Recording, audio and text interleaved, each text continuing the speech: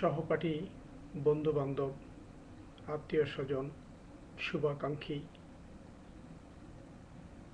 ও সম্মানিত সুধী ও দর্শকবৃন্দদেরকে সুদূর প্রবাস নিউ ইয়র্ক থেকে জানাই একরাশ প্রীতি ও শুভেচ্ছা।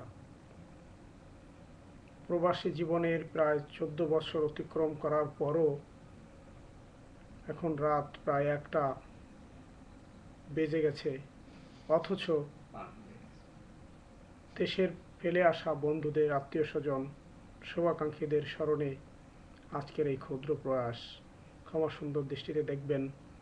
অপ্রত্যাশিতভাবে ভুলের জন্য আগেই ক্ষমা প্রার্থনা করছি, ক্ষমা সুন্দর দৃষ্টিতে দেখবেন। সম্মানিত সুধীবৃন্দ, আপনারা জানেন প্রবাস জীবন মানেই হচ্ছে অত্যন্ত কষ্টের জীবন। তাছাড়া এমন এক কংক্রিটের শহরে আমরা বসবাস করি, হৃদয়ে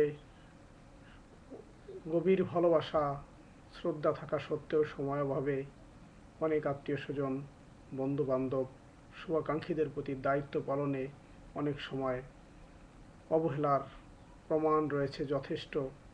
কিন্তু বিবেকের কাছে নিজের 3টি সন্তানের সার্থক পিতা হওয়ার সৌভাগ্য, সস্ত্রীক 2 ভাই বোন এবং মাতাসহ প্রবাসে অবস্থান করতে গিয়ে যে কঠিন বাস্তবতার প্রগাঢ় যন্ত্রণা সহ্য করতে হচ্ছে প্রতিনিয়ত, তাই অনেক দায়িত্ব কর্তব্য থেকে আজ দূরে।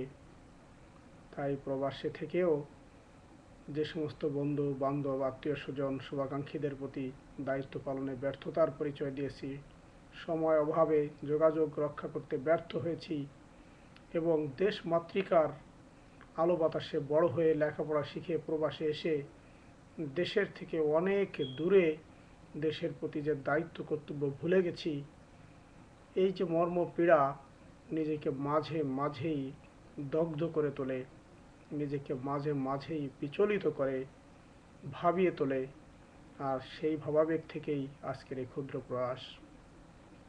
সম্মানিত সুধী, আপনারা জানেন আমাদের দেশ একটি দারিদ্র স্বল্পোন্নত দেশ, যে দেশের রাজনৈতিক অস্থিরতা জাতির জনক বঙ্গবন্ধু শেখ মুজিবুর রহমানকে,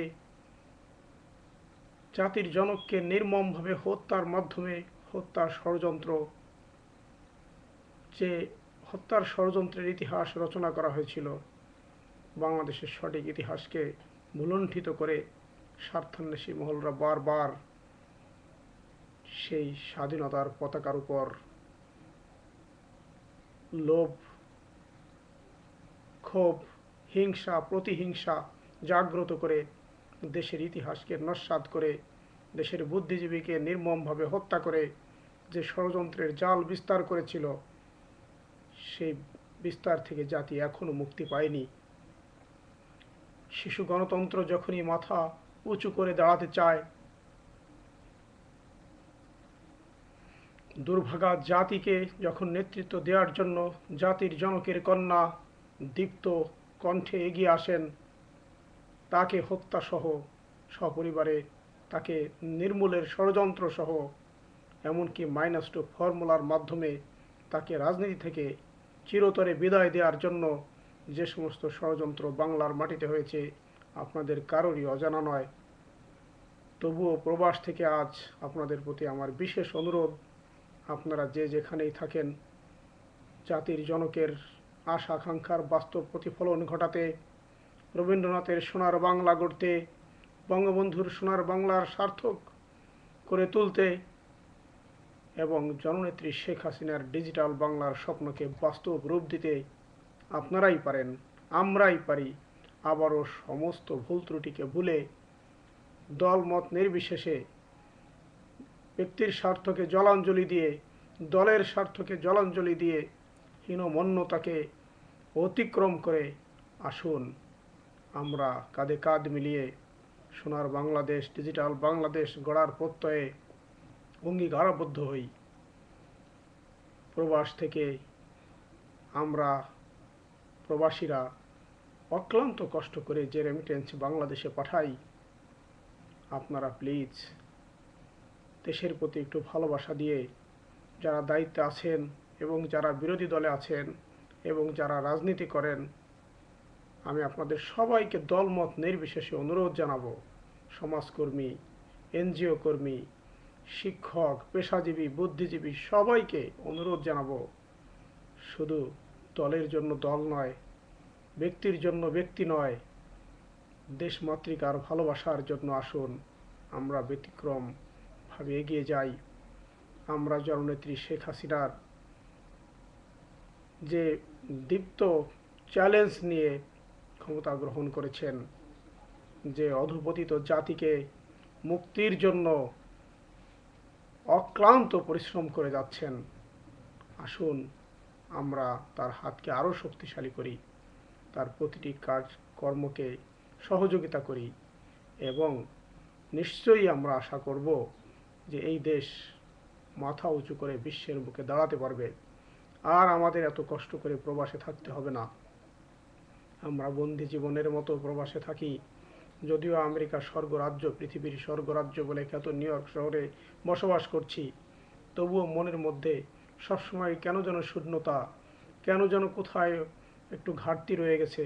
দেশের প্রতি বারবার ফিরে যেতে ইচ্ছা হয়, দেশের ফেলে আসা মানুষদের দেখতে ইচ্ছা হয়, দেশের ফেলে আসা স্মৃতিগুলো বারবার নাড়া দেয়। কর্মের মাঝে যখনই একটু সামান্য সময় পাই, তখনই মনটা অজানা দেশের দিকে চলে যায়। সংগ্রামী সাথী ও বন্ধুরা, আসুন আমার বিনীত অনুরোধ, আর আমরা দ্বিধাদ্বন্দ্বে না ভুগে ষড়যন্ত্র, অন্যায়কারী, মিথ্যাচার, পাপাচার এবং আমরা আমাদের সমাজের প্রতিটা রন্ধ্রে রন্ধ্রে ষড়যন্ত্রের যে বীজ বপন করা হয়েছে বিগত দিনে, আসুন সেই বীজ আমরা উপড়ে ফেলি।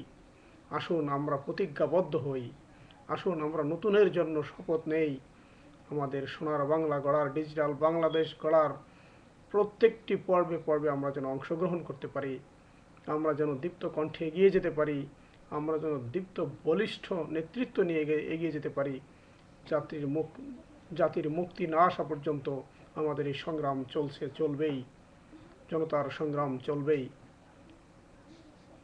জনতার মুক্তি আসবেই আসবেই। এই আশা নিয়ে সুদূর প্রবাস থেকে আবারও আপনাদেরকে অনেক অনেক প্রীতি ও শুভেচ্ছা জানিয়ে খোদা হাফেজ। জয় বাংলা, জয় বঙ্গবন্ধু, জয় হোক বাংলার মেহনতি মানুষ।